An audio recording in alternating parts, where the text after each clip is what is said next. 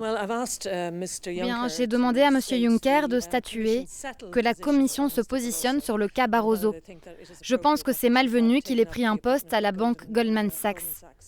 J'ai aussi demandé si le code de conduite qui s'applique aux commissaires pendant et après leur mandat était adapté.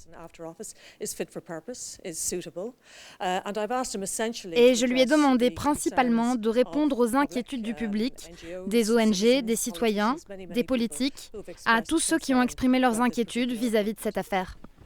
La Commission européenne a déjà répondu en disant que M. Barroso avait respecté les règles. Alors faut-il changer les règles ? Je pense que nous devrions, qu'il devrait le faire.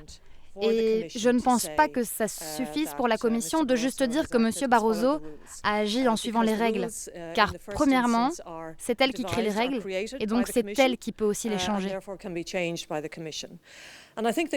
je pense que la Commission a souvent exprimé beaucoup d'inquiétudes par rapport au manque grandissant de confiance du public vis-à-vis des institutions.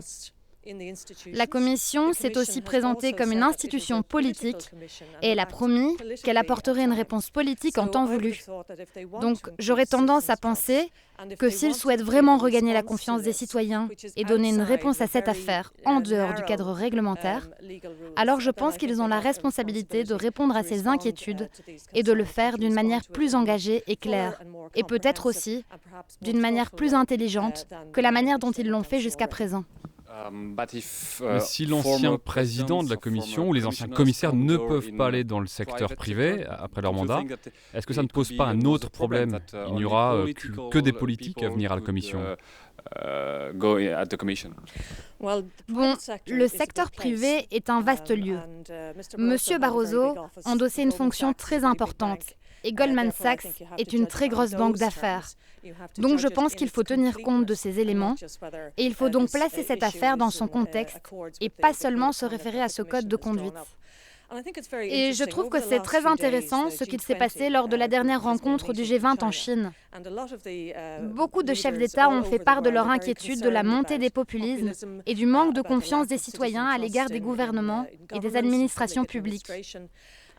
Je pense qu'ils sont particulièrement inquiets maintenant, car cela menace leur propre base politique. Nous l'avons vu avec le Brexit, avec d'autres parties de l'Europe et avec les États-Unis. Je pense qu'il y a un sentiment grandissant de ce type de problème qui doit être abordé. Et le cas de l'affaire Barroso illustre bien ces problématiques et donne donc une opportunité à la Commission de s'en occuper pour rétablir la confiance des citoyens. Citizen trust.